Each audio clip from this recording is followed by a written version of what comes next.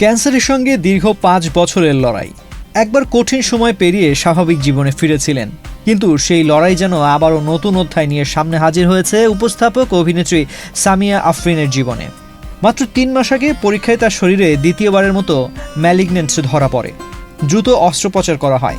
পরে চিকিৎসকরা জানান এটি হাই গ্রেড কার্সিনোমা। এবার ওভারিয়ান ক্যান্সারের চিকিৎসায় কেমোথেরাপি নিতে হচ্ছে তাকে। রবিবার রাতে সামাজিক যোগাযোগ মাধ্যমে দেওয়া এক আবেগঘন পোস্টে নিজের বর্তমান পরিস্থিতির কথা জানান সামিয়া। তিনি জানান, চিকিৎসকদের কাছ থেকে কেমোথেরাপির পার্শ্ব প্রতিক্রিয়া হিসেবে চুল পড়ে যাওয়ার সম্ভাবনার কথাও শুনেছেন।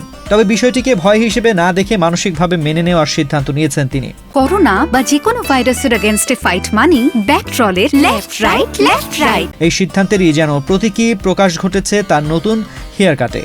চুল পড়ে যাওয়ার আগেই নিজের নতুন লুককে স্বাভাবিকভাবে গ্রহণ করার প্রস্তুতি নিয়েছেন সামিয়া।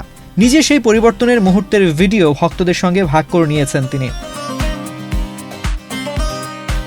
তবে ক্যান্সারের সঙ্গে লড়াই সামিরের জন্য একেবারেই নতুন নয়। ২০২২ সালের দিকে প্রথমবার তার শরীরে ক্যান্সার শনাক্ত হয়। তখন ৪র্থ স্টেজের কথা জানতে পারেন তিনি।